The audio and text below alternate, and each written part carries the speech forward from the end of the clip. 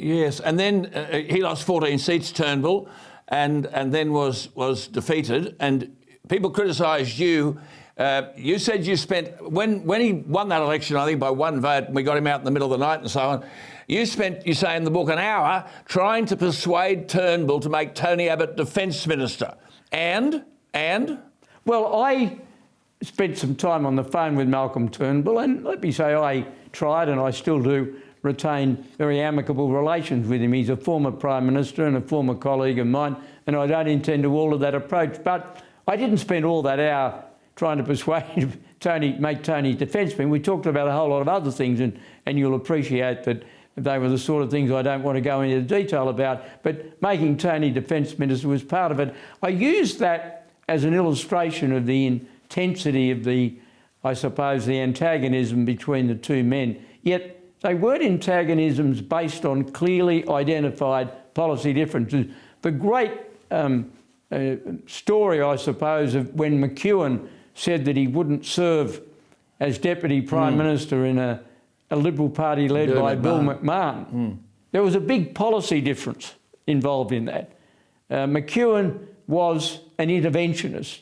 He believed in far greater government involvement in the economy than did McMahon. I know they had personality problems and all of that, but that was a pretty significant argument. In fact, it dominated debate on economics for several decades, the extent to which the government should be involved. McEwen was a protectionist, McMahon was more of a free trader. Now, they were issues of substance, and I could understand people seeing a big issue at stake. But when the issues are not based on major policy divergences, you have to wonder about the purpose Absolutely. of people's involvement. You talk about turning it into a game. A magnificent chapter, can I say to our viewers, on climate change, I mentioned this earlier, and nuclear energy. You open up, John Howard, by saying, I'm not blind to the scientific arguments, but neither can I ignore the almost religious fervour with which the climate change argument has been embraced by many and the absurdity of some of the symbolism. The apotheosis, in other words, at the high point of this, was surely when a 16-year-old Swedish girl appeared on the front cover of Time magazine as Person of the Year.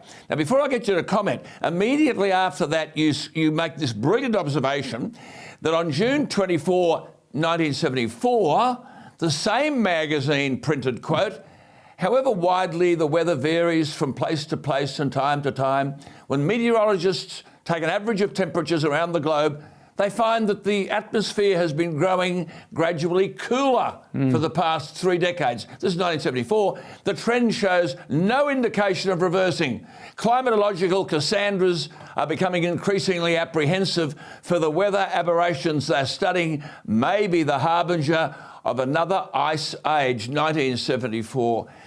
John Howard, come on. What are they? They think we're fools, do they? Well, that's part of the problem. We have become so, I suppose, deluged with repetition of perceived but not necessarily demonstrable facts. And that is just another example. The Club of Rome in the early 70s predicted that we'd run out of food and we had to do something about population growth. It's fair to say that in the last 20 years, most of the examples of starvation, which are appalling blights on mankind, have resulted from political use of poverty and food supply to achieve political outcomes rather than from natural causes.